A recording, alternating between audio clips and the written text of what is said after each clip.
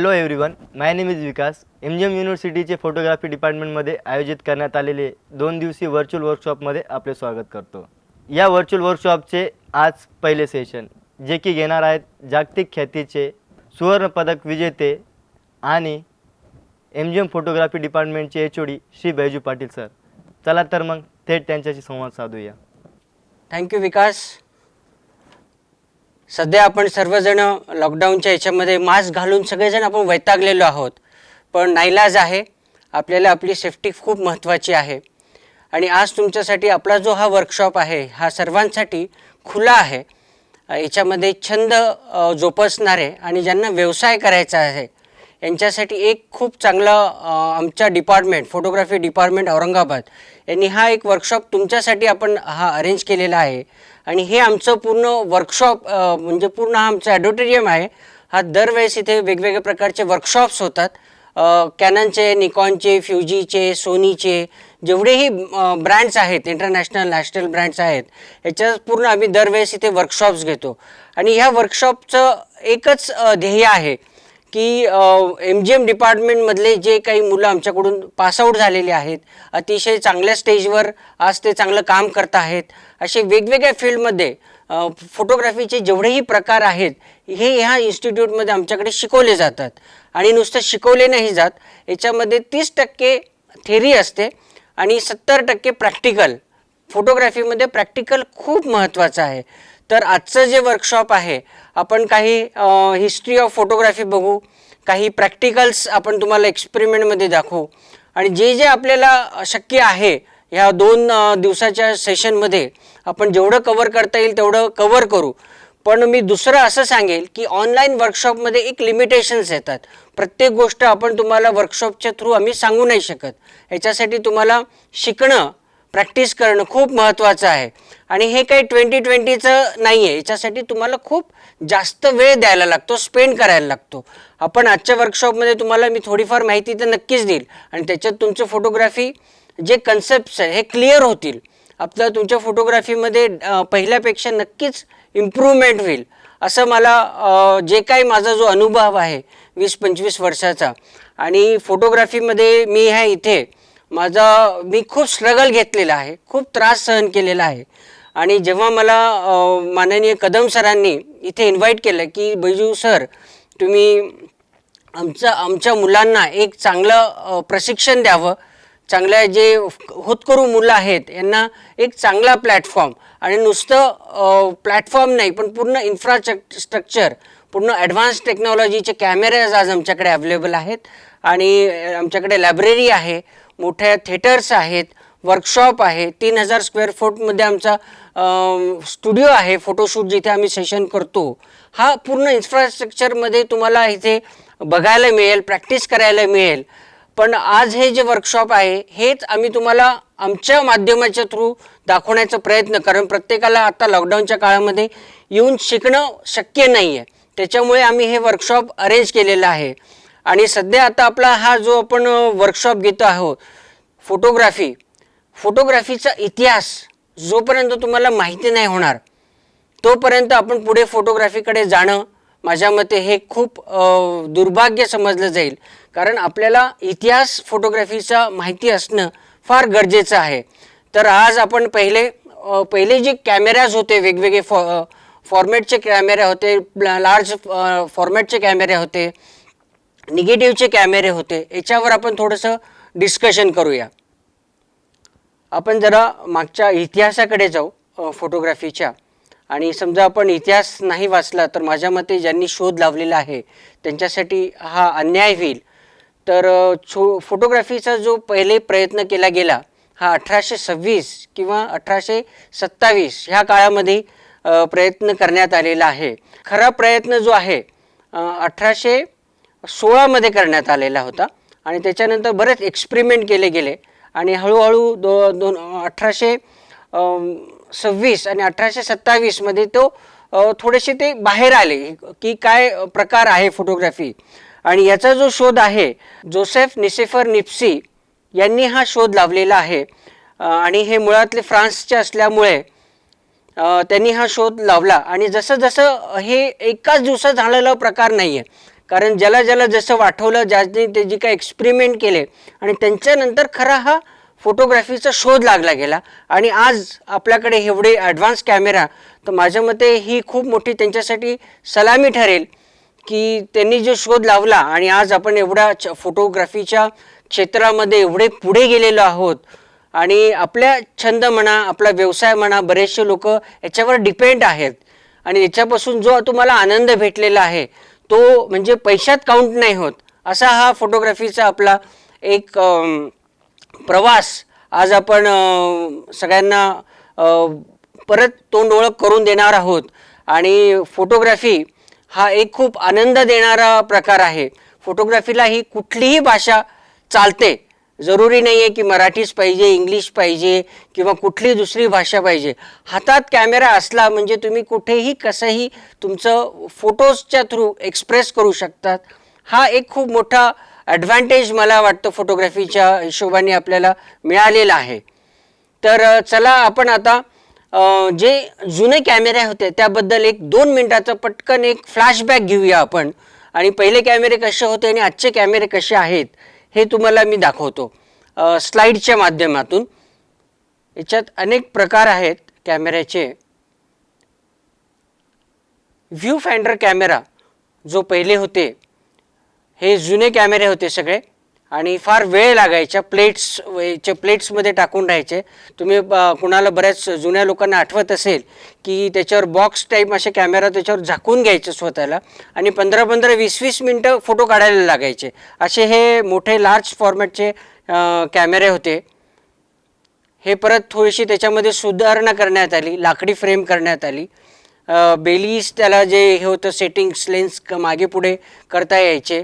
त्याच्यानंतर मग परत त्याच्यामध्ये थोडी इम्प्रूव्हमेंट आली. इलेक्ट्रॉनिक्स टाईपमध्ये काही मेटलचे पार्ट्स त्याच्यामध्ये ॲड करण्यात आलेले. हे असं थोडे नंतर मग त्याला इलेक्ट्रॉनिक्समध्ये कन्वर्ट करण्यात आलं, मॉनिटर करण्यात आलं. LCD त्याच्यामध्ये तुम्हाला बघायचं प्रोव्हिजन झालं. त्याच्यानंतर आलं रेंज फाइंडर. रेंज फाइंडरमध्ये पण जे आपले छोटे कॅमेराज होते त्याच्यामध्ये तुम्ही फिल्म टाकायला लागायचे, निगेटिव्हचे जे होते. त्याच्यामध्ये पहिले स्लाईड्सचा वेगळा जमाना होता, ब्लॅक अँड व्हाईटचा वेगळा होता आणि निगेटिव्हचा जमाना वेगळा होता.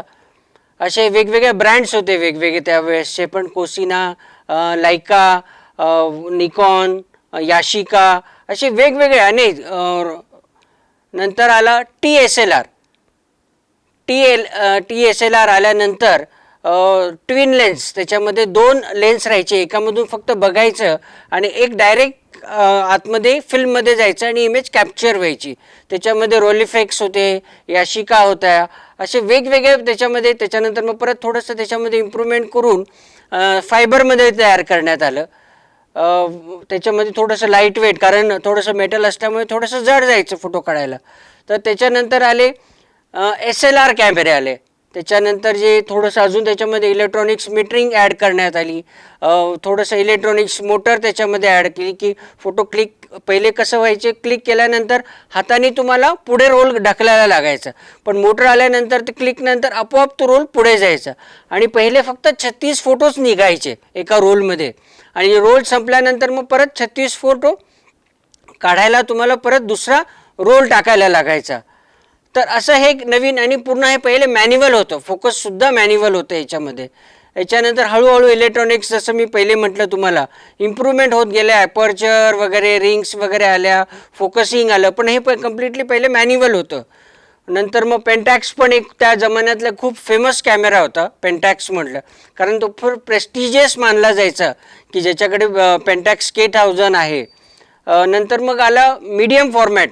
मीडियम फॉर्मॅटमध्ये जे प्रोफेशनल काम करायचे, 120 फॉर्मॅट ज्याला म्हणतो, की ॲडव्हर्टायझिंग फोटोग्राफीसाठी हे कॅमेरे वापरले जायचे. आणि हे 25-25 लाख, 30-30 लाख असे कॅमेरे एक्सपेन्सिव्ह होतं.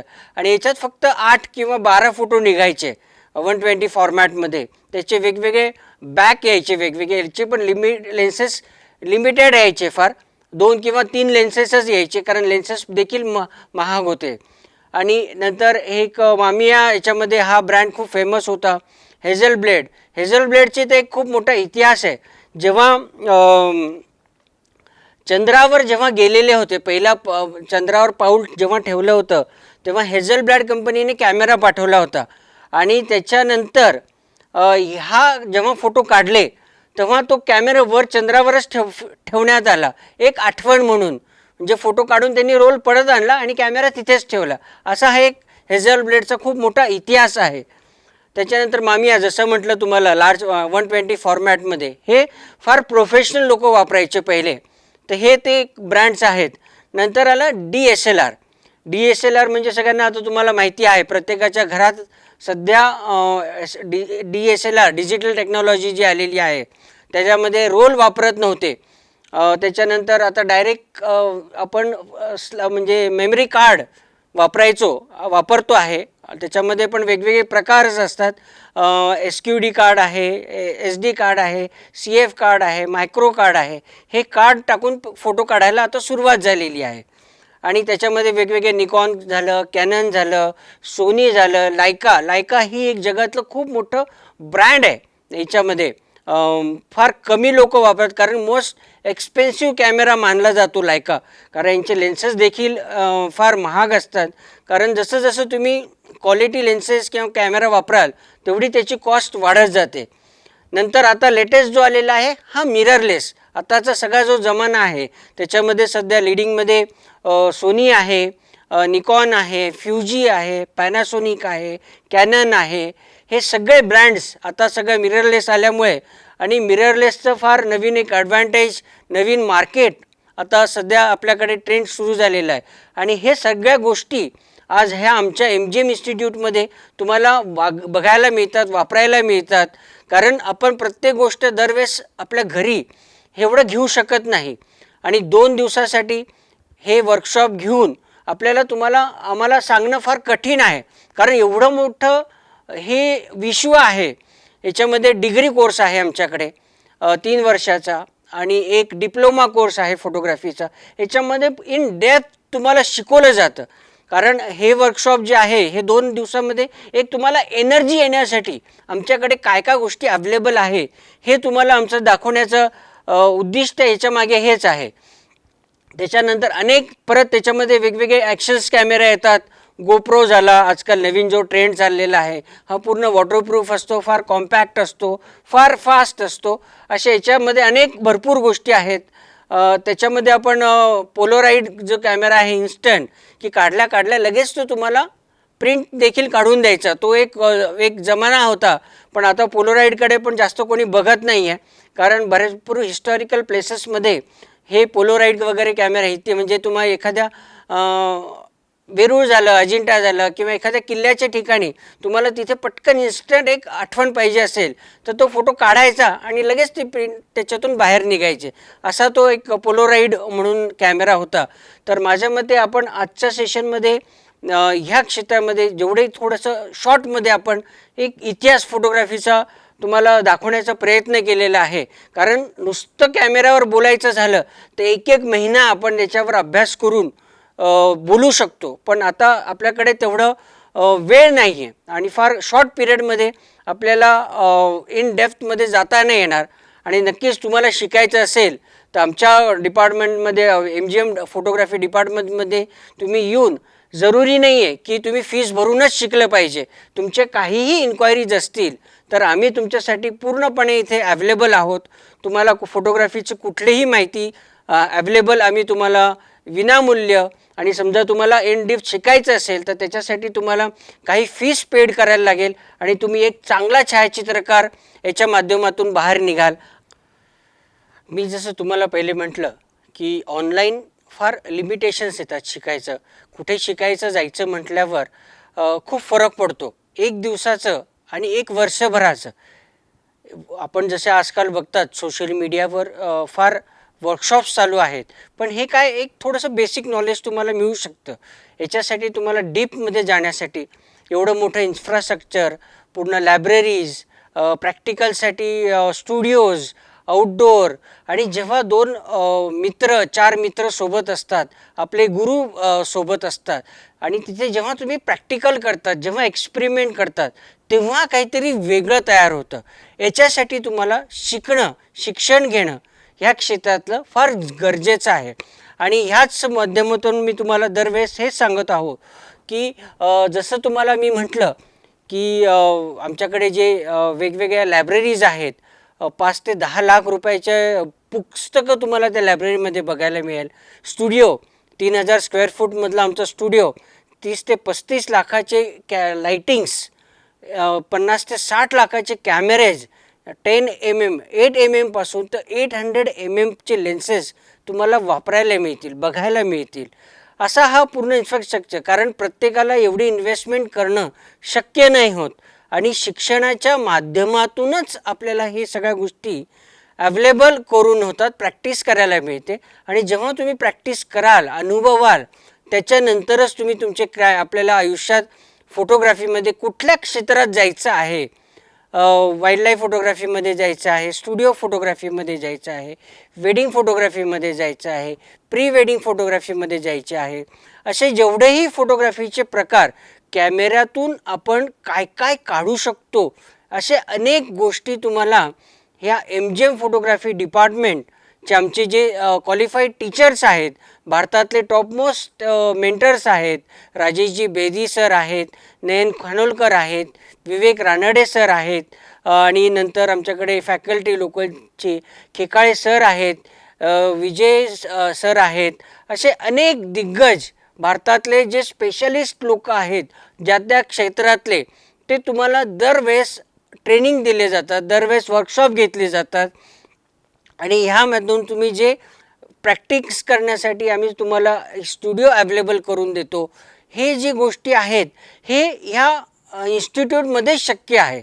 आपण घर बसलून 1-2 दिवसाचं वर्कशॉप घेऊन हे शक्य नाही होत, पण वर्कशॉप करणं पण फार गरजेचं आहे. कारण कोण किती शिकवतं, किती कोणाला आपण फॉलो केलं पाहिजे, आपण त्यांचं नॉलेज काय आहे, ह्या गोष्टींचं याच्याच्या माध्यमातून, वर्कशॉपच्या माध्यमातून तुम्हाला कळतं. म्हणजे आपण एक्झॅक्टली कोणाकडे प्रॉपर शिक्षण घेतलं पाहिजे, जेणेकरून आज येणारी जी पिढी आहे, येणारे जे छायाचित्रकार तयार होतील, तर हे दाखवण्यासाठी हा फोटोग्राफीचा वर्कशॉप आपण अरेंज केलेला आहे मुद्दामून तुमच्यासाठी. तर त्याच्यामुळे तुम्ही सगळ्यांनी एकदा आमच्या कॉलेजला डेफिनेटली व्हिजिट द्या, बघा आमच्याकडे काय काय इन्फ्रास्ट्रक्चर आहे, कसं आम्ही मुलांना ट्रेनिंग देतो. आणि एक फोटोग्राफी ही एक कला आहे. ही असं नाही आहे की डॉक्टर जसं शिक्षण घेतात 5-5, 6-6 वर्षाचं, त्याच्यानंतरच डॉक्टर होतात, इंजिनियर्स होतात, त्याच प्रकारे फोटोग्राफी पण हे एक क्षेत्र आहे. आमच्याकडे मागच्या ॲडमिशन्समध्ये काही इंजिनियर्स ज्यांचं इंजिनिअरिंग झालेलं आहे, पण त्यांनीसुद्धा देखील आमच्याकडे डॉक्टर्स, इंजिनियर्स यांनी ॲडमिशन घेतलं आहे. कारण फोटोग्राफी ही एक कला आहे, याच्यापासून तुम्हाला एक आनंद मिळतो. आणि त्याच्या जेव्हा आनंदापेक्षा तुम्ही त्याच्यात परत बिझनेसमध्ये डायव्हर्ट होतात किंवा दुसऱ्या क्षेत्रात काम करतात, तर त्याच्यात तुम्हाला खूप त्याचा एक क्रिएटिव्ह फायदा मिळतो आणि बाकीच्यांपेक्षा काहीतरी तुमची वेगळी ओळख तयार होते. आणि त्याच्यामुळे तुमचं जोपर्यंत तुम्ही वेगळं आपलं काम करत नाही, तोपर्यंत तुम्हाला तुमच्या क्षेत्रामध्ये तुमचं नाव देखील वेगळं नाही होणार आणि 4 लोकांमध्ये तुम्ही जास्त पैसे देखील कमवू शकत नाही. तर ह्याच्यामुळे तुम्हाला अशा वेगवेगळे प्रॅक्टिकल्स करून, चांगल्या लोकांमध्ये राहून, एक सुंदर वातावरणात तुम्ही एक चांगला फोटोग्राफर बनवू शकतात.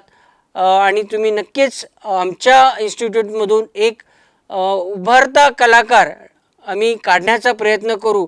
कारण प्रत्येक 10-100 पैकी एकच प्रत्येक शहरामध्ये म्हणा, एक जी सिटी असते याच्यामधून 1 ते 2 फोटोग्राफरच असे चमकले जातात.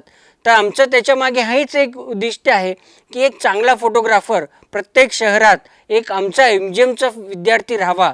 ह्याच मागे हेच आमचं त्याच्यामागे एक हार्डवर्क करून आम्ही चांगल्यात चांगला फोटोग्राफर तयार करण्याचा प्रयत्न करत आहोत. Thank you Byju's sir.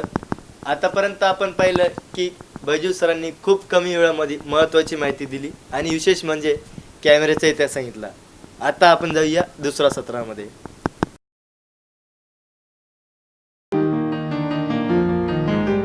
Welcome to MGM Department of Photography, one of the finest photography institute in Maharashtra. Photography is a skill-based profession, and MGM Department of Photography with high-tech infrastructure has made my learning experience even more exciting. Being passionate about photography since childhood, I always wanted to make my career in the same. Thanks to MGM Department of Photography, which made my dreams come true. And learning photography from Baiju sir, an internationally renowned personality, adds up more to the guaranteed success in this profession. आता आपण photo काढताना काय काय precautions घ्यायच्या ह्या विषयावर आपण बोलणार आहोत. कॅमेरा हे एक माध्यम आहे. मी तर म्हणेल आपण इक्विपमेंट परचेस करू शकतो, पण स्किल परचेस नाही करता येत. त्याच्यासाठी कॅमेरा आपल्याकडे कुठला पण असला आणि तुमच्याकडे स्किल असेल तर डेफिनेटली खूप चांगला तुम्ही फोटो काढू शकतात. फोटो काढताना कधी पण खूप महत्त्वाची गोष्ट म्हणजे जेव्हा कॅमेरा तुम्ही धरतात हे एकदम प्रॉपर ग्रीप असणं फार गरजेचं आहे. तुम्ही कसं उभं राहतात, कसे त्याच्यासोबत फोटो काढताना कधी पण लक्षात ठेवा दोघं पायांच्या मध्ये बॅलन्स पाहिजे प्रॉपर. आणि कॅमेरा धरताना एक हात बरोबर सेंटरमध्ये ग्रॅव्हिटी त्याची जी आहे कॅमेऱ्याची ह्या इथे पाहिजे. आणि जेव्हा तुम्ही जेव्हा बोट धरतात एक ग्रीप प्रॉपर आली पाहिजे. जोपर्यंत ती ग्रीप तुम्हाला येत नाही, एक कॉन्फिडन्स आपल्या इक्विपमेंटचा ग्रीप जोपर्यंत प्रॉपर राहणार नाही तोपर्यंत तुम्ही फोटो चांगला काढू शकत नाही. आणि जेव्हा तुम्ही प्रॉपर अँगल घेतल्यानंतर जेव्हा व्ह्यू फाइंडरमधून बघतात आणि जेव्हा फोटो क्लिक करायचा असतो त्यावेळेस तुमचं श्वास काही सेकंदापुरती थांबला गेला पाहिजे. म्हणजे जसं आता मी हा फोटो काढतोय, फोटो काढला आणि लगेच श्वास म्हणजे तुमचा श्वास तो जेव्हा थांबतो तर तुमच्या जर्क नाही बसत फोटोमध्ये. तर ह्या छोट्या छोट्या टिप्स असतात. आणि दुसरं म्हणजे काढताना कंपोजिंग जेव्हा आपण करतो फोटोग्राफीज की समजा ब्रिदिंग स्पेस चेहऱ्याच्या समोर जास्त जागा ठेवायची, हे खूप महत्त्वाचं आहे. चेहऱ्याच्या समोर जास्त जागा सोडली पाहिजे जेणेकरून त्याला ब्रिदिंग स्पेस म्हणतात. आणि दुसरं महत्त्वाचं गोष्ट म्हणजे कॅमेराचा कधीही नवीन स्टार्टिंगला गळ्यात बेल्ट टाका, कारण एवढे इक्विपमेंट महाग असतात. कधी आपलं धक्का बसतो, काहीही लागतो तर कॅमेरा पडू शकतो. तर त्याच्यामुळे तुम्ही बेल्ट गळ्यात टाकणं खूप गरजेचं आहे. ह्या छोट्या छोट्या गोष्टी असतात पण आपण दुर्लक्ष करतो. आणि जसं मी सांगितलं तुम्हाला कंपोजिंग जसं पाहिजे. फोटो काढताना कधी पण जी व्यक्ती असते तिची आय लेव्हल आणि तुमची आय लेव्हल ही सारखी पाहिजे. हे खूप बेसिक प्रिन्सिपल आहे फोटोमध्ये. जेणेकरून आय लेवल जेव्हा येतो तो फोटो असा बोलका वाटतो आणि एकदम नॅचरल वाटतो. समजा एखादी व्यक्ती खाली बसलेली असेल तर तुम्हाला बसून देखील त्या लेवलवर यायला पाहिजे. तर ह्या प्रॉपर महत्त्वाच्या गोष्टी आहे. आणि दुसरं महत्त्वाचं गोष्टी म्हणजे की फोटोज जेव्हा तुम्ही काढतात, जे अवॉर्ड विनिंग फोटोज असतात त्या फोटोला शॅडोज नसते. हां, डिपेंड. काही सब्जेक्ट्सला जसं स्टुडिओ फोटोग्राफीमध्ये असेल किंवा थ्रिलिंग फोटो असतील तर त्याच्यामध्ये शॅडोज लाईट हे चालतात. पण जेवढी अवॉर्ड विनिंग फोटोज आहेत तुम्ही बघाल जगामधले जेवढेही बेस्ट आहे हे लो लाईटमध्ये सब्जेक्टमध्ये शूट केलेले असतात. त्याच्यामुळे खूप महत्त्वाचं बॅकग्राऊंड फोटोग्राफीमध्ये बॅकग्राऊंड कंपोजिंग, जसं टेबलाला 4 पाय असल्याशिवाय टेबल उभा नाही राहत. तर त्याच्यामुळे फोटोग्राफीला आपण सगळ्याच गोष्टी जेव्हा जमून येतात तेव्हाच तो फोटो चांगला होतो. तर ह्या छोट्या छोट्या गोष्टी आहेत, ह्या प्रिकॉशन्सनी तुम्ही प्रॉपर राहायला पाहिजे. आणि सतत फील्डमध्ये जेव्हा जातात तर शूज, एक चांगल्या प्रकारचा शूज तुमच्याकडे पाहिजे जेणेकरून तुम्ही कम्फर्टेबली कुठेही फिरू शकतात, चढ उतार करू शकतात. दुसरं अजून एक महत्त्वाची गोष्ट म्हणजे फिजिकल फिटनेस. फोटोग्राफर हा खूप फिजिकली फिट पाहिजे तेव्हाच तुम्ही चांगले फोटोग्राफी करू शकतात. खूप वेळ दिवसभर कधी तुम्हाला फील्डवर काम करायला लागतं. त्याच्यामुळे जेवढं तुम्ही फिजिकल फिट राहाल, व्यायाम असणं, रनिंग असणं आणि मुवमेंट्स तुमच्या खूप फास्ट पाहिजे. आणि दुसरं अजून महत्त्वाचं गोष्ट म्हणजे जेव्हा तुम्ही फोटो शूट करतात किंवा जे काही गोष्टीचं आहे त्या गोष्टीचा अभ्यास केला पाहिजे. वातावरणात तुम्ही ते मिक्स व्हायला पाहिजे. ज्या व्यक्तीचा समजा एखादा फोटो काढत असेल त्याच्याशी कम्युनिकेशन करा, त्याच्याशी एकरूप व्हा, त्याच्याशी गोड बोला, व्यवस्थित त्याचं स्वभाव कसा आहे ह्या गोष्टी जेव्हा साधतात तेव्हा तो व्यक्ती समोरचा तो तुमच्याशी कम्युनिकेट होतो आणि चांगले फोटो तुम्ही काढू शकतात. जसं नेचर फोटोग्राफीमध्ये जायचं असेल, लगेच गेला आणि तुम्ही फोटो काढायला सुरुवात केली असं नाही होऊ शकत. त्या वातावरणाचा पहिले अभ्यास करायला लागतो. त्या पक्ष्यांचं बिहेवियर तुम्हाला माहिती पाहिजे, त्या प्राण्यांचं बिहेवियर माहिती पाहिजे, किंवा ज्या व्यक्तीचा आपण फोटो काढतो आहोत ती व्यक्ती कशी आहे, त्याचं व्यक्तिमत्व काय आहे, तो कलाकार आहे, बिझनेसमन आहे किंवा मॉडेल आहे, तर त्या व्यक्तीला ते सूट होईल असे फोटोज तुम्ही ते काढले गेले पाहिजेत. दुसरं अजून एवढ्या छोट्या छोट्या गोष्टी असतात, हे तुम्हाला एक्सप्लेन करणं आपल्या वर्कशॉपमध्ये शक्य नाही आहे. तुम्हाला दरवेळेस मी तेच सांगतो आहे की वर्कशॉपमध्ये छोट्या छोट्या गोष्टींवर आपण सांगू शकतो, पण जेव्हा तुम्ही शिकणार एखादा अभ्यास जेव्हा कराल तर ह्या डीपमध्ये पॉईंट एक एक गोष्टी एक एक म्हणजे कॅमेरा ऑपरेट कसा करायचा, कसा धरायचा, कसं क्लिक करायचं. तर दुसरं अजून महत्त्वाचं म्हणजे जेव्हा तुम्ही फोटो काढतात तेव्हा थोडंसं बटन पहिले छोटंसं प्रेस करा, आधी त्याला फोकस करा आणि त्याच्यानंतर क्लिक करा. एकदम बऱ्याच वेळेस काय होतं, लक्ष धरतात आणि पटकन फोटो काढतो, तो फोटो कॅमेरा हलण्याचे चान्सेस जास्त असतात. बऱ्याच वेळेस काय होतं, आपण कॅमेऱ्याचे आपलं प्रॉपर सेटिंग्स नसतात. कधीही फोटो काढताना पहिले कॅमेरा आपण कुठल्या सेटिंग्सवर काढतोय हे बघितलं पाहिजे. पूर्ण डायल त्याच्यावर फिरवलं पाहिजे की इनडोअर काढतोय, आउटडोअर काढतोय, अपर्चर काय आहे, आपलं शटर स्पीड काय आहे, हे समजायला तुम्हाला आमचं जे इन्स्टिट्यूट आहे फोटोग्राफीचं हे डीपमध्ये शिकवण्यासाठी तुम्हाला दरवेळेस मी तुम्हाला हेच सांगतो आहे. हे सध्या आम्ही इमिजिएट एवढ्या गोष्टी सांगू शकत नाही. नुसतं कॅमेराच्या सेटिंगच सांगायला तर कमीत कमी 5 ते 6 तास जातील. त्याच्यामुळे ज्या सेफ्टी प्रिकॉशन्स आपण घेतल्या पाहिजे याच्यावरच आपण भर देणार आहोत. आणि जसं तुम्हाला परत म्हटलं की तुम्हाला शिकायचं असेल डेफिनेटली तुम्ही आमच्या इन्स्टिट्यूटमध्ये येऊन फोटोग्राफीचं तुम्हाला तंत्रशुद्ध ज्ञान आम्ही शिकवतो. आणि जसं सांगितलं तुम्हाला की जेव्हा फोटो काढतात तेव्हा एकदम पटकन काढू नका, थोडंसं हाफ प्रेस करा आणि त्याच्यानंतर क्लिक करा. दुसरं अजून महत्त्वाचं गोष्टी आहे, आपण बऱ्याच वेळेस काय होतं लेन्स बघत नाही, आपल्या घरात कुठेतरी कॅमेरा ठेवून देतो, मग कोणीतरी येतं लेन्सला हात लावतो, बोटं लावून टाकतो आणि मग ते फोटो आपला जो लेन्स आहे तो खराब होतो आणि काढताना आपण फोटो काढून टाकतो, लक्ष नाही दिलं जात. आणि नंतर मग बघतो की अरे काहीतरी ब्लर झालेलं आहे, प्रॉपर शार्प फोटो नाही आहे, प्रॉपर फोकसिंग नाही होतं. तर त्याच्यामुळे दरवेळेस कधीही कॅमेरा पूर्णपणे चेक करायचा आणि समजा असे काही थंबनेल असतील, काही बोटं लागलेले असतात तर ते सॉफ्ट कापडाने क्लीन करावे. ह्या छोट्या गोष्टी असतात पण आपण त्याच्याकडे दुर्लक्ष करतो. तर ह्या छोट्या जेव्हा तुम्ही गोष्टीकडे लक्ष द्याल त्याच्यानंतरच तुम्ही चांगला फोटो काढू शकतात, कंपोजिंग करू शकतात. आणि जसं तुम्ही अभ्यास आपण जसं एखादं पुस्तक वाचतो त्याप्रकारे कॅमेरा पूर्ण एक्सप्लेन केला पाहिजे. त्याच्या कॅमेऱ्यामध्ये काय सेटिंग्स आहेत, काय आपल्याला फोटोग्राफी करायची आहे. कॅमेरा तर प्रत्येकाजणाकडे आहे पण त्याच्यातून आपल्याला वेगळं काय दाखवता येईल हे खूप महत्त्वाचं आहे फोटोग्राफीमध्ये. तर त्याच्यामुळे कॅमेरा समजणं खूप गरजेचं आहे.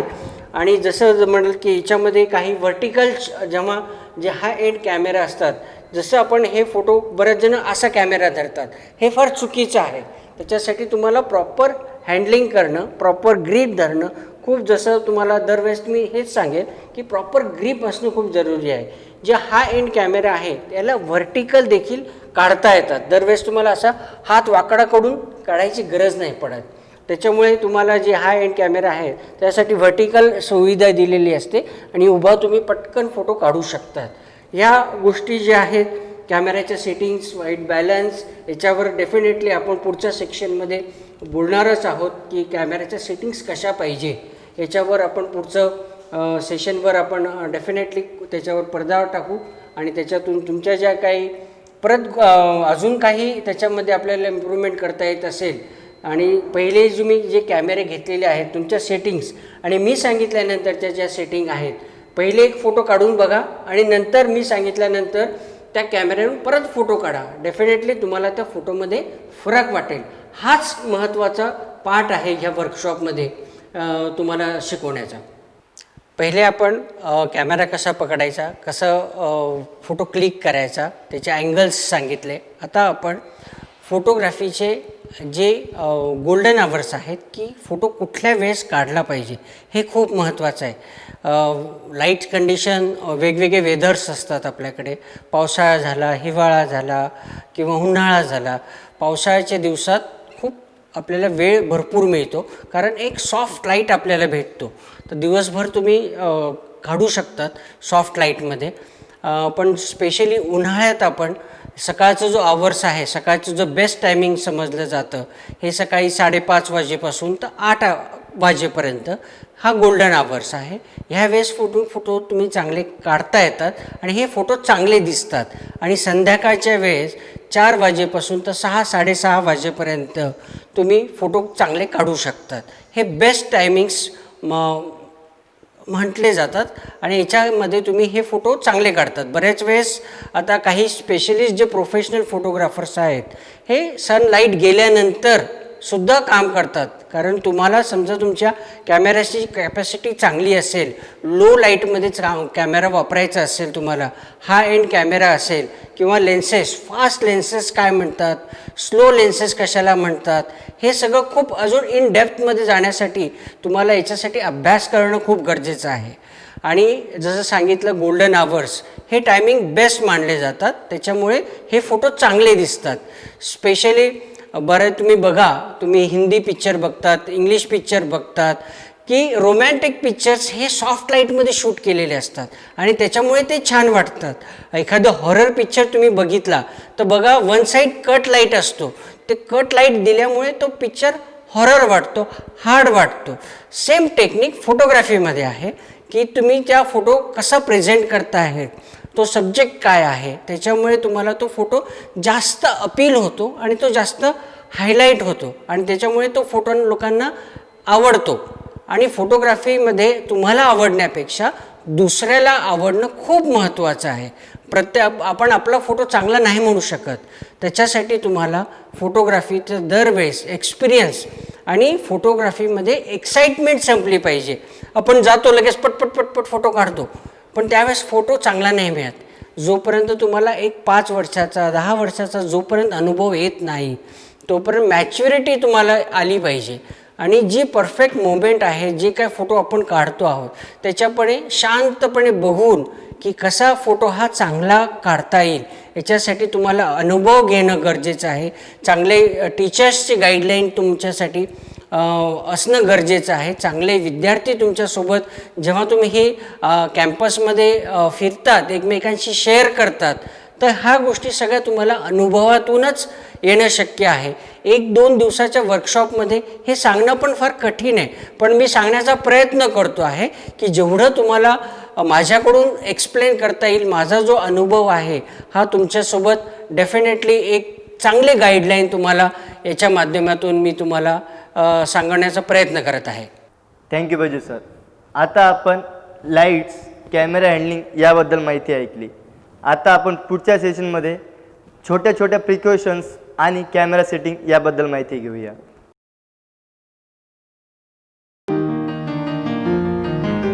Welcome to MGM Department of Photography, one of the finest photography institute in Maharashtra.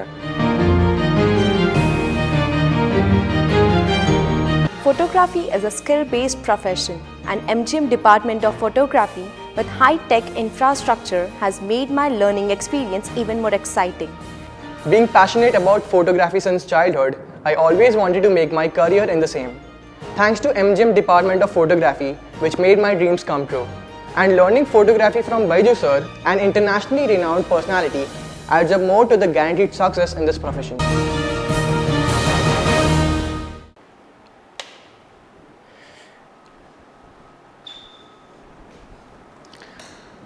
आता आपण कॅमेऱ्याचे ज्या सेटिंग्स आहेत त्याबद्दल बोलणार आहोत.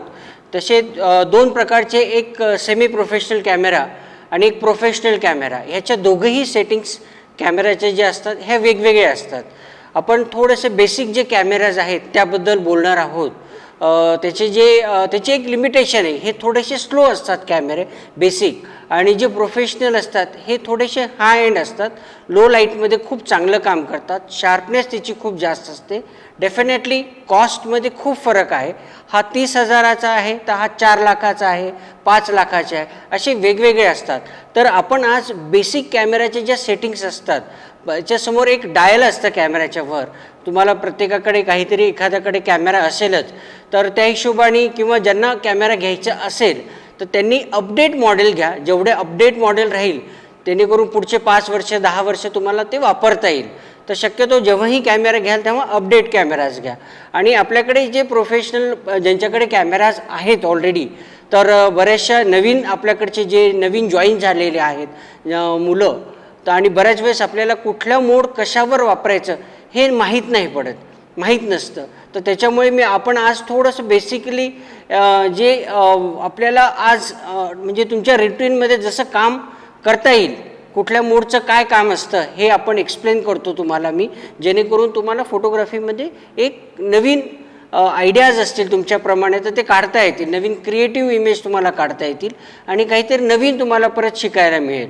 खूप लोकांना माहिती नसतं, कन्फ्युजन असतं की कुठले मोड्स, कुठले कॅमेऱ्याचे जे फंक्शन्स आहेत ते कसे वापरायचं. तर वर एक डायल असतं, त्याच्यामध्ये एक एम नावाचं असतं, ते पूर्णपणे मॅन्युअल असतं. त्या मॅन्युअल मोडमध्ये तुम्ही पूर्णपणे हाताने फोकस करायचं असतं, मॅन्युअल ॲपर्चर सेट करायचं असतं, शटर स्पीड मॅन्युअल करायचं असतं. कारण प्रत्येक ठिकाणी ॲटो हे फंक्शन ऑपरेट नाही होत. जिथे तुम्हाला क्रिएटिव्ह काम करायचं असेल, काहीतरी वेगळं काम करायचं असेल तर तुम्हाला मॅन्युअलवर तुम्ही काढू शकतात. आणि पहिले जे कॅमेरे होते त्याच्यामध्ये इलेक्ट्रॉनिक्स नावाची गोष्टच नव्हती, मीटरिंग नव्हतं, काहीच नव्हतं, फक्त मॅन्युअल होतं. आणि एखादं काढताना आणि फोटो दिसतही नव्हता, ते फार कॉम्प्लिकेटेड होतं, फार चॅलेंजिंग होतं. आणि त्याच्यामुळे तुम्हाला जोपर्यंत फोटो काढल्यानंतर धुवून जोपर्यंत येत नाही, वॉश होऊन येत नाही, तोपर्यंत धाकधूक राहायची की तो फोटो बरोबर आलेला आहे का नाही. पण आता सगळे जे आपले कॅमेरा झालेले हे ॲडव्हान्स कॅमेरे आलेले आहेत, अनेक फीचर्स त्याच्यामध्ये ॲड झालेले आहेत. तुमच्या जे काय मनात असेल, तुमची जी काही क्रिएटिव्हिटी करायची असेल ते तुम्ही आज करू शकतात. कारण मी तर म्हणेल की 10 लोकांनी सेम फोटो काढला तर तुमचा फोटो एवढा वेगळा पाहिजे की 10 फोटोंपैकी तुमचा युनिक फोटो पाहिजे. 10 लोकांनी सेम फोटो काढला तरी ती खरी आर्ट आहे, तीच खरं म्हणजे व्हॅल्यू त्यालाच आहे. आणि त्यालाच फोटोग्राफीची एक जो उत्तम छायाचित्रकार आहे ही त्याचीच ओळख मानली जाते की 10 लोकांमध्ये तुमचा 10 लोकांपेक्षा तुमचा फोटो वेगळा आहे. तर हे जे कॅमेऱ्याच्या सेटिंग्स आहेत, जसं मी तुम्हाला मॅन्युअलवर बोललो त्याचप्रकारे एक ॲपर्चर नावाचं हे असतं. ॲपर्चरमध्ये तो शटर स्पीड आपोआप फायनल करतो. फक्त ॲपर्चर तुम्हाला सेट करायला लागतं. 5.6, 8 इन डेप्थमध्ये आपण जाऊ शकत नाही आहे, कारण आपल्याकडे परत लिमिटेशन्स आहेत वर्कशॉपच्या असल्यामुळे. ॲपर्चर म्हणजे 5.6 असतं, त्याच्यानंतर सगळ्यात मॅक्झिमम 32 ॲपर्चर असतो, 2.8 आहे कमीत कमी. म्हणजे जे हाय एंड लेन्सेस, फास्ट लेन्सेस म्हणजे हे जे लो लाईटमध्ये चांगलं काम करतात. आणि जे फास्ट लेन्सेस आहेत ते 1.8, 1.2 हे फास्ट लेन्सेस आहे, पण तेवढी किंमत पण त्यांची जास्त महाग असते. आणि आपले जे बेसिक लेन्सेस असतात हे 5.6, 3.5 हे थोडेसे लेन्सेस स्लो असतात, कारण लो लाईटमध्ये हे काम नाही करू शकत. त्याची किंमत पण, जो लेन्स तुम्हाला 10,000चा मिळतो आहे तो 1.8, 2.8चा 4 लाख, 3 लाख, 1,25,000 याचे लेन्सेस महाग असतात आणि ते लो लाईटमध्ये चांगल्या प्रकारे करू शकतात. डेफिनेटली क्वालिटीमध्ये खूप जमीन आसमानचा फरक असतो. ब्रँडेड, नॉन ब्रँडेड लेन्सेस पण असतात. तर ह्यामध्ये जेवढे शक्यतो तुम्ही ब्रँडेड लेन्सेस घ्याल ही तुम्हाला क्वालिटी आणि तुमचा जो अनुभव आहे तो तिथे ऑपरेट होतो. जसं मी तुम्हाला म्हणतो आहे की 5.6 जे असेल हे थोडेसे स्लो लेन्सेस आहे. ॲपर्चर प्रायोरिटीवर आपण बोललो की ॲपर्चर तुम्ही सेट करायचं, त्याप्रमाणे तो शटर स्पीड आपोआप डिसाईड करतो. नंतर आहे एस म्हणजे शटर प्रायोरिटी. मी तर म्हणेन प्रत्येकाने हे लिहून घ्या, कागद पेन घ्या सगळ्यांनी आणि लिहून घ्या, जेणेकरून तुम्हाला ते नंतर लक्षात येईल. तर त्या हिशोबाने जेवढं सांगेल माझ्यामध्ये जेवढे जण तुम्ही जेवढ्या टिप्स लिहू शकतात ते लिहून घेण्याचा प्रयत्न करा. शटर प्रायोरिटीमध्ये आपण एक शटर स्पीड फिक्स करायची आणि ॲपर्चर तो त्याच्या हिशोबाने घेतो, त्या हिशोबाने त्याला जसं रिक्वायरमेंट आहे. कारण कॅमेरामध्ये एवढे फीचर्स आहेत की तुम्ही काय करणार, कुठल्या गोष्टीला कसं अप्लाय करणार. फास्ट फोटोग्राफीला आपण बऱ्याच वेळेस तेवढा वेळ देऊ शकत नाही. पटकन मुमेंट कॅप्चर करणं खूप महत्त्वाचं असतं. तर त्यामुळे ज्या कॅमेऱ्याच्या ज्या सेटिंग्स आहेत, कारण एवढे करोडो रुपये त्याच्यावर खर्च करून हे फीचर्स बनवलेले असतात, हे उगाचच बनवले नसतात. बरेच लोक मिसगाईड करतात की नाही मॅन्युअल फोकसच चांगलं असतं, मॅन्युअल प्रोग्रामच चांगले असतात. पण ही जी समजूत आहे ही माझ्या मते थोडंसं गैरसमजूत आहे किंवा काही लोक मिसगाईड करतात मुद्दामून. तर माझ्या मते जे मोड्स आहेत त्या ठिकाणी ते अप्लाय व्हायलाच पाहिजे. तर ते ही खूप मोठी गोष्ट आहे. एस नंतर आपण जाऊ प्रोग्राम मोड. एक पी नावाचं त्याच्यामध्ये डायल असतं. पी म्हणजे पूर्ण प्रोग्राम मोड. तो तुम्हाला काहीच करायचं नाही, फक्त कंपोजिंग करायचं. तुम्हाला फुल फोटो पाहिजे की हाफ पाहिजे, तो प्रोग्राम मोडमध्ये तो पूर्णपणे shutter priority, metering, aperture priority सगळं तो सेट करतो आणि फोटो शूट करतो. जे म्हणजे तुम्हाला काहीच बघायचं काम नाही आहे, त्याच्यामध्ये तुमचा परफेक्ट फोटो येतो. आणि नंतर आहे ॲटो मोड. ॲटो मोडमध्ये तुम्हाला ॲटो मोडमध्ये जेव्हा तुम्ही ऑपरेट करतात, समजा त्याला फ्लॅशची रिक्वायरमेंट लागत असेल प्रोग्राममध्ये, तो पटकन प्रोग्राममध्ये तो सांगतो की लाईट मला कमी पडतो आहे, तर त्याच्यामुळे तो पटकन फ्लॅश देखील आपोआप तो चालू करतो आणि त्याची जी लाईट कंडिशन्स कमी पडत असेल तर तो फुलफिल करतो. तर असे हे सगळे फीचर्स आहेत. आणि ॲटो पण जसं प्रोग्रामचं मोड आहे त्याच प्रकारे वर्क करतो. समजा तुम्ही एकदम स्टार्टिंगला कॅमेरा घ्याल तर तुम्ही हे प्रोग्राम मोड किंवा ॲटो मोड ह्या मोडवर काढलं तर तुमचे फोटो काढण्याची प्रॅक्टिस जास्त होते आणि फोटो खराब होण्याचे चान्सेस कमी असतात. जसं मी तुम्हाला सांगितलं ॲपर्चर प्रायोरिटी, शटर प्रायोरिटी, हे जे मोड्स आहे मॅन्युअल मोड, याच्यासाठी तुम्हाला अभ्यास, सातत्य, प्रॅक्टिस करणं खूप अवघड जातं नवीन. आणि जसं जसं तुम्हाला अनुभव येईल त्या हिशोबाने तुम्हाला हे सगळे मोड्स वापरता येतात.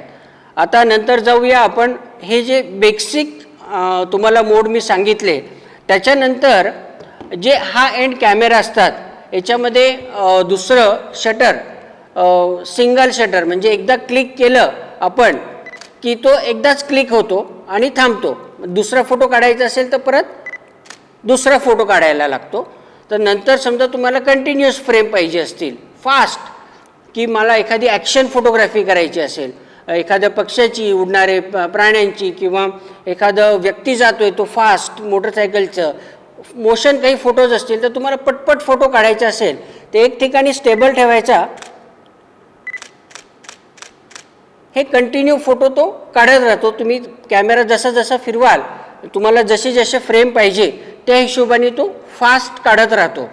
पण याचं पण एक लिमिटेशन आहे ह्या कॅमेऱ्यांना. नंतर याच्याहून थोडंसं अजून फास्ट पाहिजे की नाही मला अजून याच्याहून हाय स्पीड पाहिजे तर याच्यानंतर हाय स्पीड कंटिन्यू शूटिंग,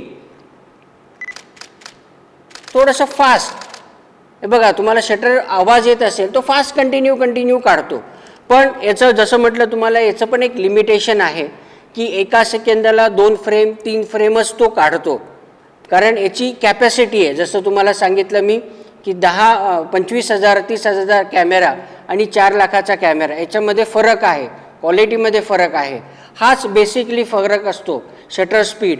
त्याच्यानंतर जसं तुम्हाला सांगितलं की शटर स्पीड वापरल्यानंतर याच्यामध्ये तुम्ही सेल्फ टायमर असतात की तुम्ही एका ठिकाणी कॅमेरा लावून टाका आणि तो आपोआप काही सेकंदानंतर तो शूट करतो.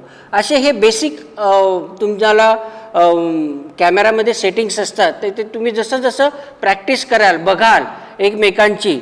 आणि जसं आता तुम्हाला मी याच्यात सांगतो की हे जे हाय एंड कॅमेरे आहेत कम्प्लिटली की याचा आणि याच्यामध्ये फरक काय आहे. हा एका सेकंदाला पहिला जो कॅमेरा होता हा एका सेकंदाला 2 फ्रेम 3 फ्रेमच काढत होता. पण आता हे जे हाय एंड कॅमेरे आहेत हे एका सेकंदाला 15 फ्रेम काढतो. लक्षात ठेवा, एका सेकंदाला 15 फ्रेम म्हणजे तुम्ही इमॅजिन करा की त्याची कॅपॅसिटी केवढी आहे. एकदम कंटिन्यू कॅमेरा थांबणारच नाही तुमचा.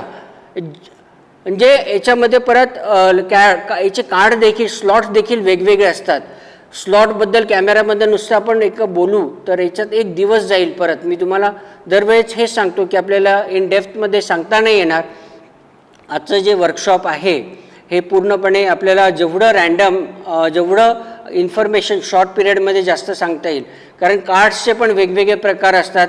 याच्यात साध्या SD कार्ड असतात बेसिक याच्यामध्ये, आणि हा एंड याच्यात SQD म्हणजे 500 Mbps 120 Mbps, याच्याहून हा एंड 500 Mbps त्याची कॅपॅसिटी आहे. जसं फोटो तुम्ही क्लिक कराल तर तेवढं फास्ट देखील ते रेकॉर्ड करतं. नुसतं फोटो फास्ट काढल्याने नाही होणार, पण तेवढं त्याची कॅमेरा कॅप्चर करण्याची कॅपॅसिटी पण पाहिजे. तर हे जे कॅमेरे आहेत हे एका सेकंदाला एकदम हा एंड फास्ट क्लिक करतात. म्हणजे एका सेकंदाला 18 फ्रेम तो काढून टाकतो, 15 फ्रेम काढून टाकतो. असे हे वेगवेगळे त्याच्या ज्या सेटिंग्स असतात त्याप्रमाणे तुम्हाला त्याच्या कॅमेऱ्याचं जशी किंमत सांगितली मी त्याप्रमाणे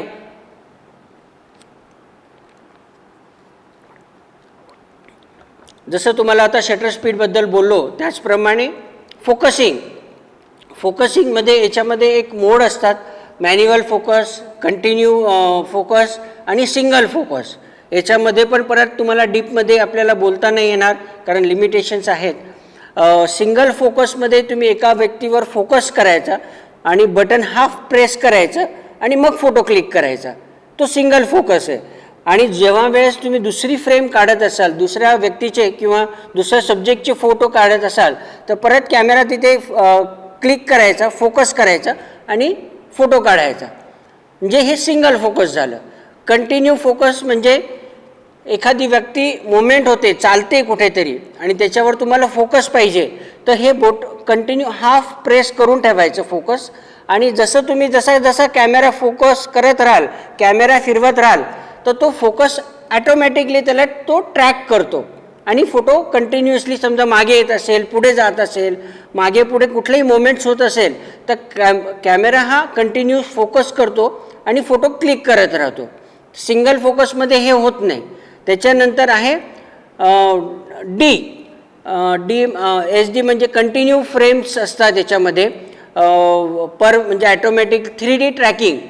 आता नवीन टेक्नॉलॉजी जी आलेली म्हणजे जसा तुम्ही कॅमेरा फिरवाल, जशी मूवमेंट होत राहते त्या प्रकारे तुम्ही हाफ प्रेस करून ठेवायचा आणि आपोआप तो ट्रॅक करत राहतो. हे फोकसिंगचे पण 10 ते 15 प्रकार वेगवेगळे आहेत.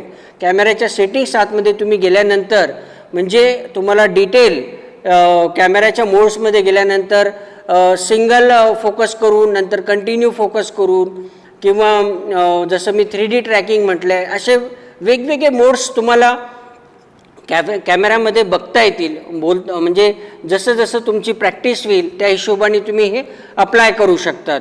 आणि दुसरं म्हणजे आता जसं तुम्हाला मी कंटिन्यू शटर स्पीडचं बद्दल बोललो, त्याच्यानंतर तुम्ही एखादा समजा फोटो काढला आणि त्याला तुम्ही फोटोला लॉक देखील करू शकतात. ह्या कॅमेऱ्यामध्ये मोड्स आहेत बेसिक, प्रत्येक कॅमेरामध्ये आजकाल येतात की फोटो काढायचा आणि आपल्याला तो आवडला तर तो फोटो लॉक करायचा. बऱ्याच वेळेस आपल्या डिजिटल कॅमेरामध्ये खूप मोठा ड्रॉबॅक आहे की बऱ्याच वेळेस आपण फोटो काढतो आणि चुकीने ते बटन दबलं जातं आणि सगळं डिलीट होऊन जातं.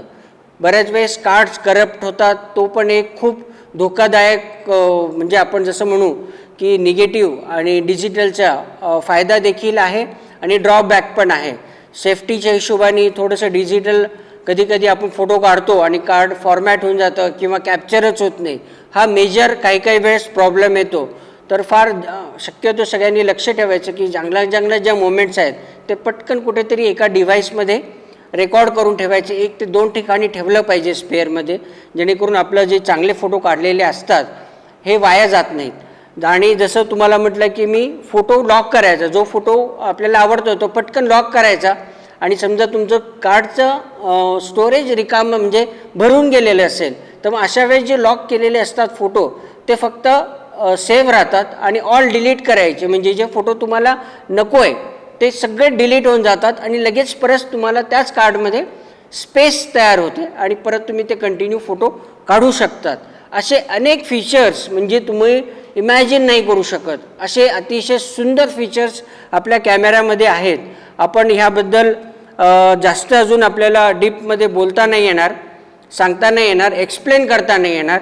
हे जे रँडम फीचर्स आहेत, एक्सटर्नल फ्लॅश देखील तुम्ही तुमच्या कॅमेऱ्यामध्ये लावू शकतात. जनरली जे बेसिक हे असतात कॅमेऱ्यामध्ये, जसं मी तुम्हाला पहिले सांगितलं तर त्या हिशोबाने पटकन त्याच्यातल्या तिथे इनबिल्ट फ्लॅश असतो आणि जे हा एंड कॅमेरा असतात त्याच्यावर तुम्ही एक्सटेंड वेगळा फ्लॅश लावू शकतात. बेसिक लेन्सवर पण लावू शकतात. याच्यामध्ये एक हॉट शूचं एक फीचर दिलेलं असतं आणि एक्सटर्नल फ्लॅश लावून तुम्ही ते एकाच फ्लॅशवर एकाच कॅमेऱ्यावर 2-2, 3-3 फ्लॅश लावून फोटो काढू शकतात. वेडिंग फोटोग्राफी करू शकतात, फंक्शन फोटोग्राफी, एक ड्रॅमॅटिक्स जेवढे तुम्ही फ्लॅश लावू शकतात 3-3, 4-4 फ्लॅश लावून तुम्ही ते ट्रिगरच्या थ्रू आपण ते फोटो काढू शकतो. असे हे एक फीचर्स आहेत कॅमेऱ्यामध्ये. दुसरं म्हणजे अजून एक विशिष्ट ज्यांना खूप मोठा एक प्रॉब्लेम येतो, ज्यांना चष्मा असतो, समजा चष्मा लावून फोटो काढणं फार अवघड जातं, तर कॅमेऱ्यामध्ये एक असं फीचर दिलेलं आहे प्लस आणि मायनस असं याच्यामध्ये दिलेलं आहे की तुमच्या चष्म्याच्या हिशोबाने तुम्ही कॅमेरा प्लस मायनस करून म्हणजे तुमच्या व्ह्यू फाइंडरच्या थ्रू तुम्ही चांगला तुमचा व्ह्यूमध्ये बघून फोकस करू शकतात. हे पण ह्या कॅमेऱ्यामध्ये आहे. खूप लोकांना ह्या फीचर्स माहिती नाही आहे.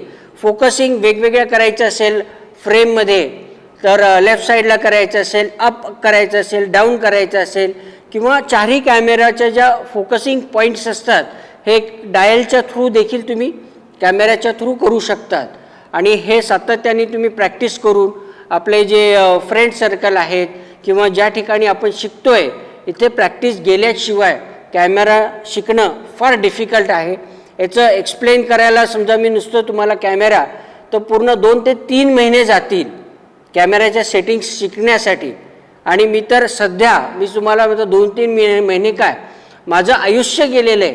20 तर आत्ता जे माझं 20-25 वर्ष अजून देखील मी कॅमेऱ्याच्या सेटिंग शिकू शकलेलो नाही आहे. असे हे कम्प्युटर आज तुमच्या हातात, एक एक्स्ट्रॉर्डनरी कॅमेरा आज हातात आणि काहीतरी तुम्हाला क्रिएटिव्ह करायचं असेल तर सातत्याने तुमच्या डोक्यात फ्रेम्स पाहिजे, सातत्याने विचार डोक्यात आले पाहिजे, तरच तुम्ही बाकीच्या वेगळ्यांपेक्षा फोटोग्राफी तुम्ही करू शकतात. आजकाल नवीन जे कॅमेरा आहे त्याच्यात व्हिडिओ देखील करू शकतात. असे अनेक फीचर्स आज तुम्हाला तुमच्या हातामध्ये, तुमच्या डिव्हाइसमध्ये, तुमच्या कॅमेरामध्ये, लेन्सेसमध्ये नवीन VR टेक्नॉलॉजी जी लेन्सेस आलेले आहेत की इमेज स्टॅबलायझर, तुमचा हात थोडासा शेक झाला तरी फोटो शेक नाही होत. याच्यासाठी तुम्हाला प्रॅक्टिस करणं गरजेचं आहे.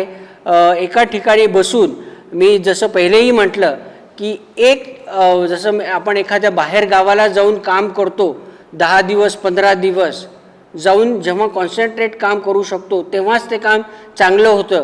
आणि रोज तुम्ही 1 तास अर्धा तास जाऊन काम कराल तर ह्याच्यामध्ये फरक पडतो. तर हा एक मेजर फरक आहे फोटोच्या कॅमेऱ्यामध्ये सेटिंग्समध्ये. तर आपण आज माझ्या मते हे बेसिक कॅमेऱ्याच्या सेटिंग्स मी आज तुम्हाला इथे सांगण्याचा प्रयत्न केलेला आहे. आणि परत आपण बाकी आता दुसऱ्या सेशनकडे वळूया. आणि परत अजून आपल्याकडे काही खूप चांगले मेसेजेस मला येत आहेत. सातत्याने बघतोय मी की आम्हाला याच्याबद्दल माहिती पाहिजे. इनडोअर आउटडोअर आपल्याला सगळं काही शक्य घेणं नाही आहे, होणार नाही. पण एक सगळ्यांचं एक ॲव्हरेज काढून आपण ज्या ज्या विषयावर मला जे कॉमेंट्स येत आहेत याच्यावर लाईव्हमध्ये मोडवर तर आपण त्याच्यातले घेण्याचा प्रयत्न करूया. आणि आता दुसऱ्या विषयाकडे आपण वळूया. Thank you Byju's sir. या सत्रामध्ये आपण कॅमेरा सेटिंग्स याबद्दल माहिती घेतली. आता आपण पुढच्या सत्रामध्ये एका फोटोग्राफरच्या बॅगमध्ये कोणकोणत्या गोष्टी आवश्यक आहे याबद्दल माहिती घेऊया.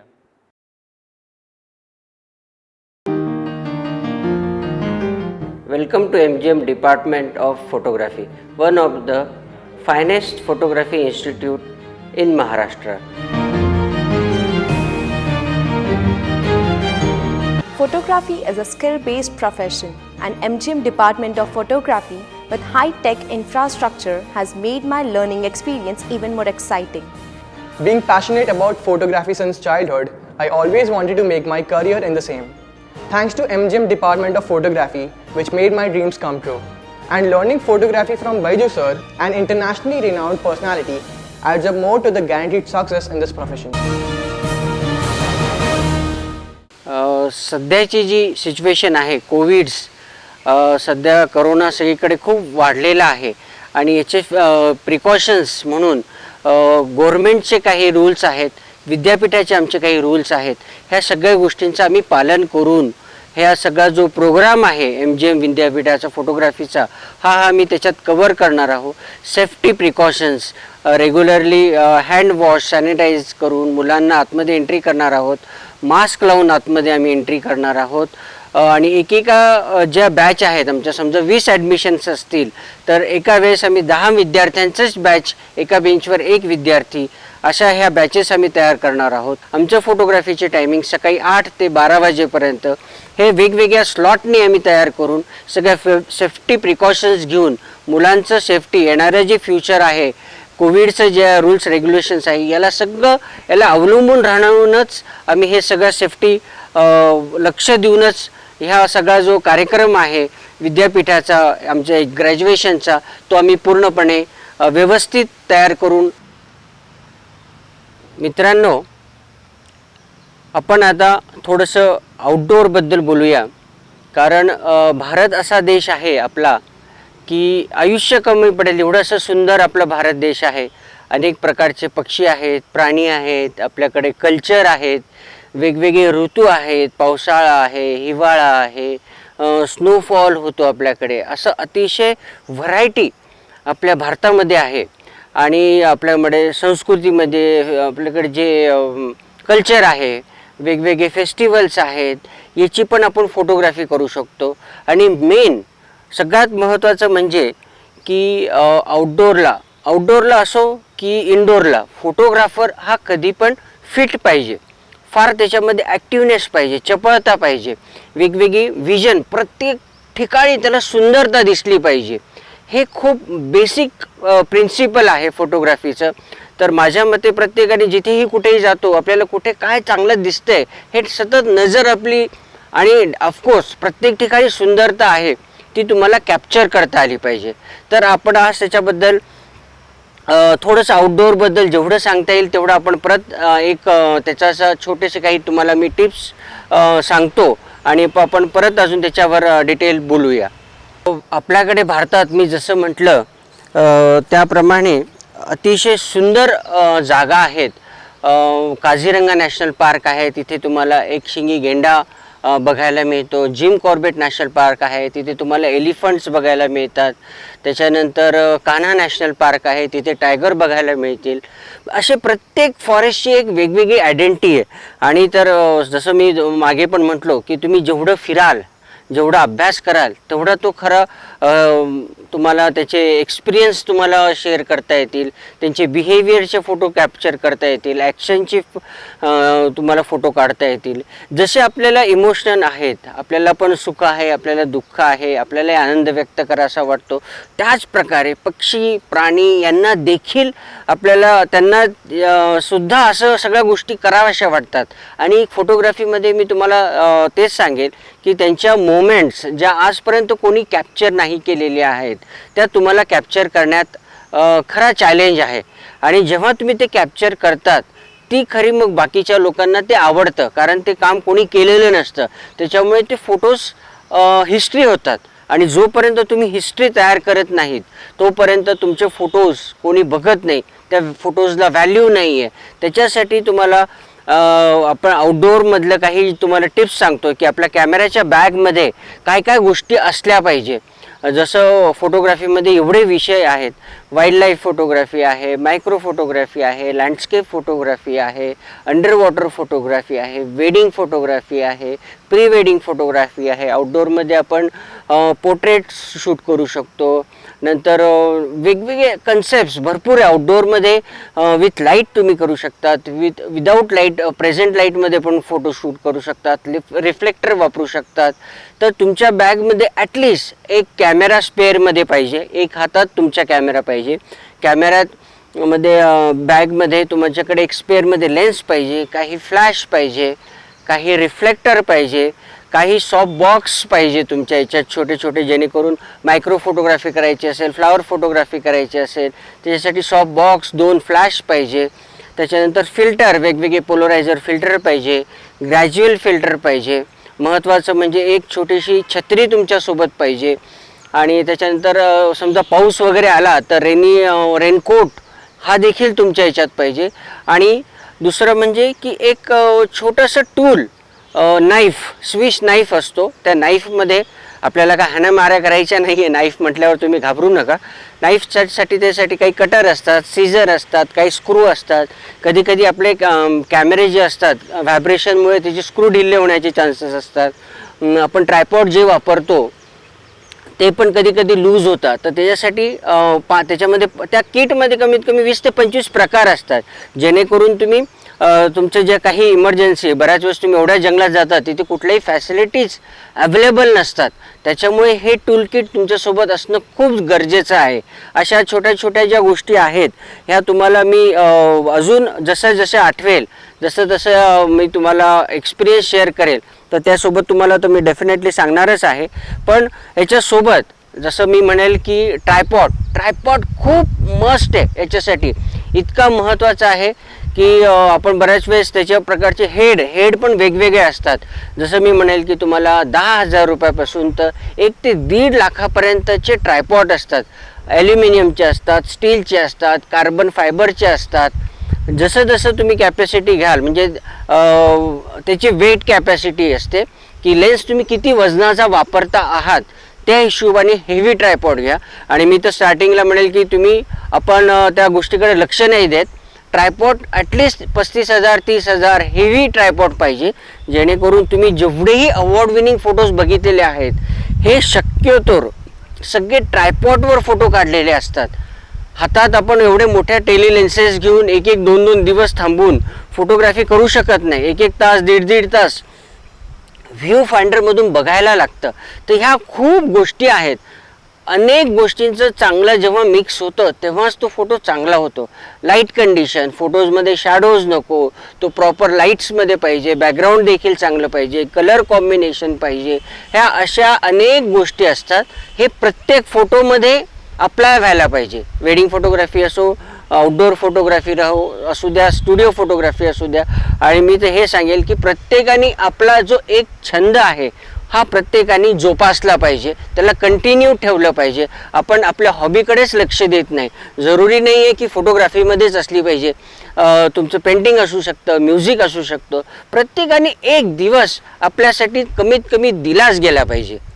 आपण जसं मी तुम्हाला सांगितलं की आपली हॉबी आपण जेव्हा मेंटेन केली पाहिजे, तर तो त्याच्यानंतर आपल्याला जो आनंद भेटतो हा माझ्या मते कुठल्याच गोष्टीतून नाही मिळू शकत. कारण पैशात तर मिळूच शकत नाही. कारण पैशापेक्षा आनंद हा खूप महत्त्वाचा आहे. आणि त्याच्यासाठीच जेव्हा तुम्ही आनंदी राहाल तेव्हाच काहीतरी चांगलं काम करू शकतात. आणि त्या हिशोबाने सातत्य असणं, प्रॅक्टिस असणं खूप महत्त्वाचं आहे. तुमचं एक्साइटमेंट संपली पाहिजे, भरपूर गोष्टीचा अनुभव तुम्हाला पाहिजे. आणि जेव्हाही तुम्ही एखादं सब्जेक्टची फोटोग्राफी करतात, आपण जेव्हा एखाद्या जंगलामध्ये जातो आणि आउटडोअरमध्ये जातो तर हे पण काढ ते पण काढ असं नाही करायला पाहिजे. तर एक गोष्ट काहीतरी तुमची एक फिक्स ठेवली पाहिजे की माझा हा सब्जेक्ट आहे, टायगर आहे, हरिण आहे, पिकॉक आहे. तर त्या हिशोबाने तुम्ही समजा एकाला फोकस केला तर ते चांगलं काम होतं. आणि त्याचे जे वेगवेगळे एक्सप्रेशन्स आहेत, त्याचे जे वेगवेगळे ॲक्शन्स आहेत, त्याचे ज्या वेगवेगळे मूड्स आहेत हे कॅप्चर होतात. आणि माझ्यामध्ये एकेका सब्जेक्टला 10-10 दिवस 15-15 दिवस फॉलो केलं पाहिजे. कारण माझे जेवढेही अवॉर्ड विनिंग फोटोज आहेत हे 1 दिवसात काढलेले फोटो नाही आहेत. त्यासाठी सातत्याने अभ्यास करून, आणि कॅमेरा असला म्हणजे लगेच फोटो काढणं असं नाही आहे. थोडंसं मूडप्रमाणे. ॲडिक्शन होणं पण फार चुकीची गोष्ट आहे. कुठल्याही गोष्टीचं ॲडिक्शन नाही पाहिजे. माणसाला जेव्हा मूड असेल किंवा तिथला अभ्यास जाऊ पहिले तुम्ही जेव्हा कधी लक्षात ठेवा, आउटडोअरला वाईल्डलाईफ फोटोग्राफी करतात तर तुम्ही थोडंसं जाऊन पहिले त्या वातावरण कसं आहे, कसं तिथले पक्षी आहेत, प्राणी कुठून येतात कुठून जातात, याचं बिहेवियर जेव्हा तुम्ही अभ्यास कराल तरच ते फोटोज चांगले शूट होतात. आणि जसं परत तुम्हाला अजून एक महत्त्वाचं सांगेल की लो लाईट जेवढे अवॉर्ड विनिंग जे बेस्ट फोटोज असतात हे जे फोटोज आहेत हे फार मेहनतीने काढलेले असतात. खूप त्याच्या मागे मेहनत घेतलेली असते आणि रेअर असतात. त्याच्यामुळे त्या गोष्टीचं जास्त व्हॅल्यू आहे. रेअरिटी जसे आता समजा 10 लोकांनी पण फोटो काढला तर तुमचा फोटो काहीतरी सगळ्यांपेक्षा वेगळा दिसला पाहिजे. आणि मी एवढं सांगेल की फोटोग्राफी ही सगळ्यात जास्त कॉम्पिटिशन आहे आज जगामध्ये. डॉक्टर, इंजिनियर्स यांच्यापेक्षा जास्त. कारण रोजच्या 1 ते 1,000पासून तर 2 ते 3,000पर्यंत रोजच्या कॉम्पिटिशन असतात फोटोग्राफी. सगळ्यात जास्त कॉम्पिटिशन आहे कारण प्रत्येक व्यक्ती फोटोग्राफी करतो आणि त्या प्रत्येक व्यक्तीमधून तुमचा फोटो वेगळा काढणं फार म्हणजे खूप जास्त कॉम्पिटिशन आहे. त्याच्यासाठी चॅलेंज आहेत सगळ्यांची. तुमचं विजन, तुमची क्रिएटिव्हिटी, तुमची मेहनत, ह्या गोष्टी सगळ्या फोटोग्राफीमध्ये दिसल्या पाहिजे. आपल्याकडे जेव्हा आपण आउटडोअरला पण फोटोग्राफी करतो तर मी पहिलेही सांगेल की ट्रायपॉड मोठ्या मोठ्या ज्या लेन्सेस आहेत, टेली लेन्सेस, हे हातात घेऊन शक्य नाही होत. त्याच्यामुळे तुम्हाला ट्रायपॉड खूप स्टडी असणं गरजेचं आहे. वेगवेगळ्या टेक्निक्स, दुसरं म्हणजे अजून की कॅमेऱ्यात ज्या सेटिंग्स दिल्या आहेत त्याच्या फ्रेमच्या बाहेर जाऊन काही वेगळं काम करता येईल का हे बघितलं पाहिजे. कारण कॅमेऱ्याचं जे एक स्टँडर्ड असतं, एक फिक्स केलेलं असतं. ओव्हरऑल प्रत्येक कंट्रीजमध्ये त्याचे एक्सपेरिमेंट केले जातात, वेगवेगळे वेदरमध्ये त्याचं टेस्ट घेतल्या जातात. पण त्याच्या व्यतिरिक्त तुम्ही समजा कॅमेऱ्याच्या जनरल सेटिंग्सपेक्षा काहीतरी युनिक कॅमेऱ्याच्या सेटिंग्स केल्या आणि फोटो काढला तर तो फोटो वेगळा वाटतो. त्याचं हे महत्त्वाचं कारण आहे. कारण कॅमेऱ्याने इनबिल्ड जे फंक्शन दिलेले आहेत त्याच्याने तर सगळेजणच फोटो काढतात, पण त्याच्यापासून जसं पहिले म्हटलं मी की क्रिएटिव्ह इमेजेस असल्या तरच त्याला व्हॅल्यू आहे. त्याच्यासाठी एक्सपेरिमेंट करणं, प्रॅक्टिकल करणं, चांगल्या लोकांशी कनेक्ट राहणं, ह्या खूप गोष्टी आहे. आणि फोटोग्राफीमध्ये तुम्हाला दरवेळेस हेच सांगतोय मी की प्रॅक्टिकल 80% प्रॅक्टिकल, 70% प्रॅक्टिकल.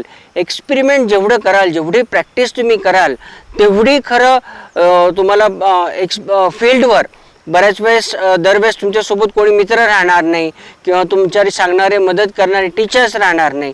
तर त्या एक्स्ट्रीम लेवलवर तुम्ही कसं फेस करतात तिथले वेदरला, ते ॲक्शन आल्यावर नंतर ऑफकोर्स स्टार्टिंगमध्ये चुका होतात, नंतर पण. इवन आता माझ्या देखील 25 वर्ष झाले आहेत मला, पण कधी कधी माझ्याकडूनही चुका होतात.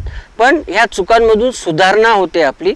आणि जोपर्यंत तुम्ही चुकणार नाहीत तोपर्यंत तुमच्या फोटोग्राफीमध्ये इम्प्रूव्हमेंट होऊच शकत नाही. जेवढे चुकाल, जेवढे तुम्हाला एक्सपिरियन्स येईल, जेवढे प्रॅक्टिस येईल, जेवढं तुम्ही लोकांशी कनेक्ट राहाल.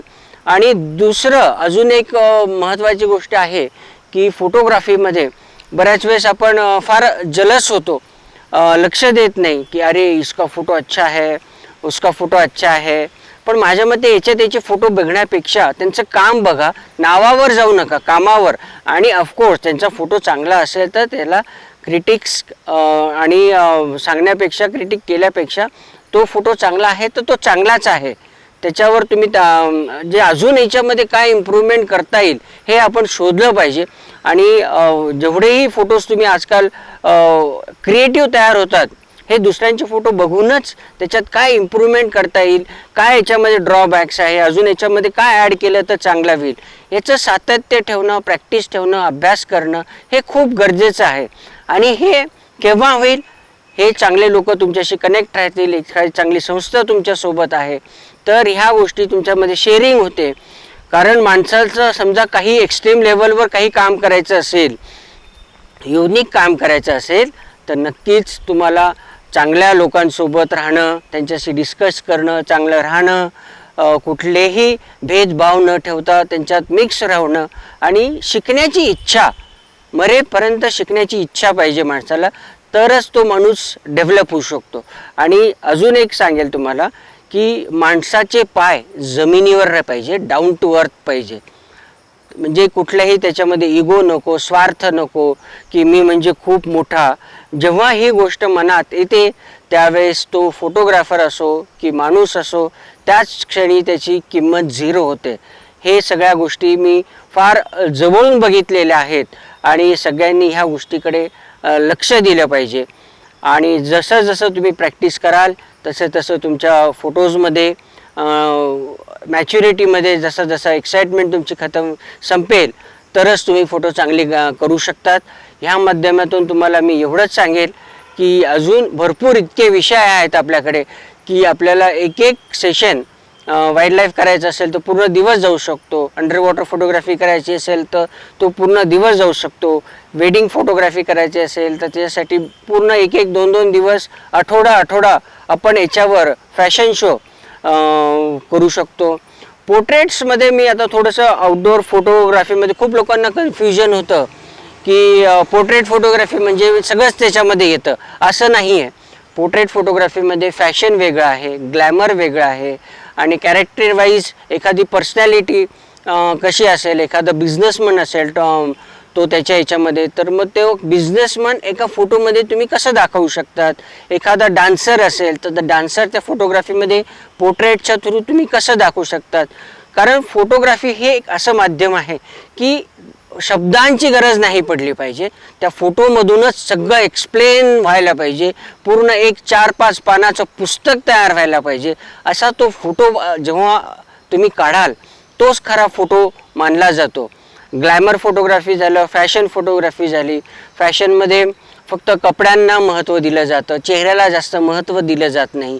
हे असे अनेक गोष्टी आहेत. पण आपल्या खूप लोकांना कन्फ्युजन असतं की पोर्ट्रेट्स, ग्लॅमर आणि हाऊस म्हणून कोणी फोटो काढतं, कोणी कॅरेक्टर वाईज जसे फोटो काढतात. तर हे असे एवढे सब्जेक्ट आहेत. नेचरमध्ये पण आहे, इंडोरमध्ये पण आहे, आउटडोअरमध्ये पण आहे.